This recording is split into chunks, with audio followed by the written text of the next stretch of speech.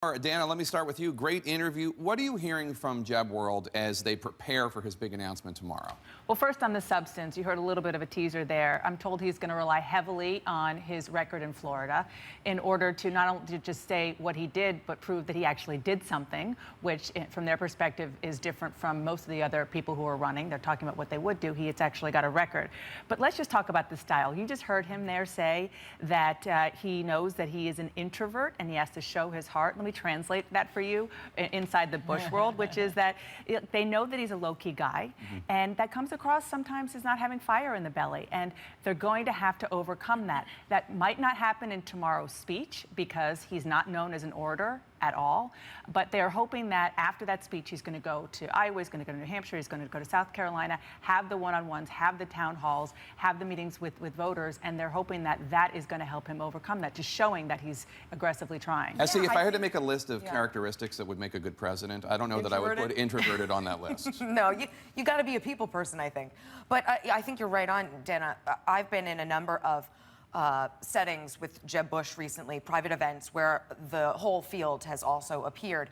And when you see him one-on-one, he is affable, he is engaging, he's thoughtful, he's great. When you see him next to people like Marco Rubio, like following Rubio in a speech, for example, or someone like Scott Walker with a little more pep in their step, and it has nothing to do with age. It's a personality difference.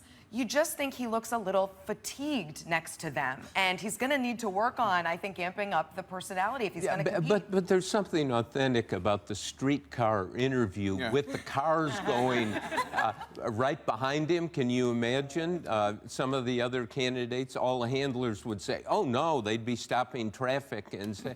So, you know, the key with Bush is we've got when his dad ran 27 years ago in 1988, we did an 8-part series on him in the Washington Post and excavated everything. So people could look at it, and of course his dad didn't like it because there's some problems there.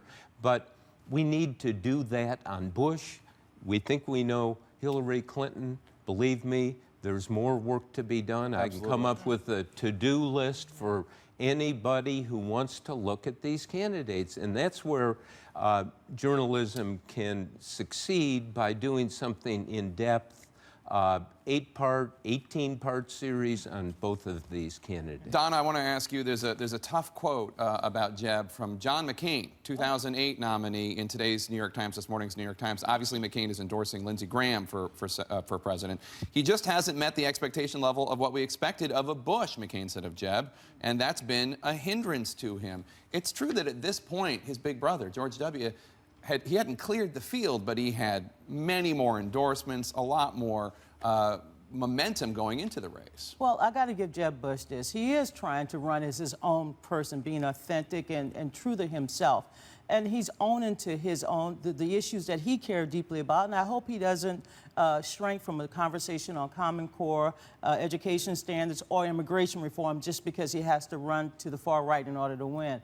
He managed to go to Europe without making a mistake. Remember, his brother went there and called the Grecians, the Grecians. And then there was Mitt Romney causing a kerfuffle with the Olympics. But it's a long road to get to over 1,200 delegates that you need to win the Republican nomination. And he has to do well in Iowa in order to survive New Hampshire, and then he has to do well in South Carolina and Nevada to survive those next states. And can I just say one thing about the not locking up the endorsements and so forth?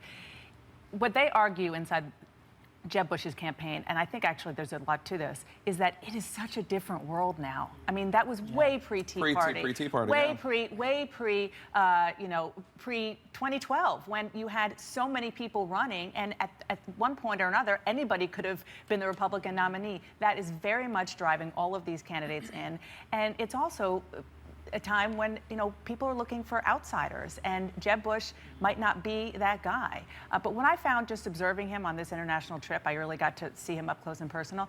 He is comfortable in his own skin.